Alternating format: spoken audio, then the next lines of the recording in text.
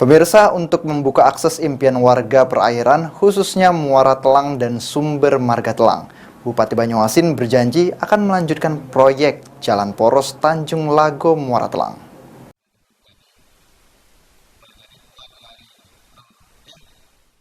Untuk membuka akses impian warga perairan, khususnya Muara Telang dan Sumber Marga Telang, Bupati Banyuasin berjanji akan melanjutkan proyek Jalan Poros Tanjung Lago Muara Telang dengan berbagai sumber dana potensial.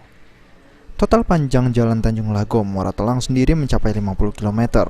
Jalan tersebut menjadi impian warga perairan. Sebelumnya, tahun 2021, Pemkab Banyuasin telah membangun Jalan Poros Muara Telang sepanjang 5,6 km sebagai perintis melalui dana pinjaman Kementerian Keuangan. Kini, upaya tersebut akan dilanjutkan dengan berbagai sumber dana potensial, mulai dari pinjaman PEN, APBN, dan bantuan Gubernur Sumatera Selatan.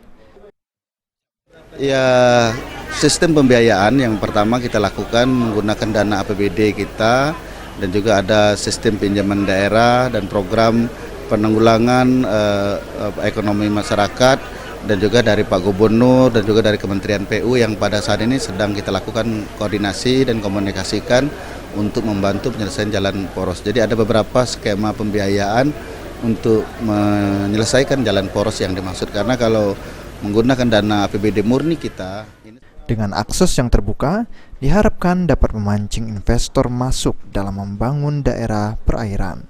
Sulaiman, PAL TV.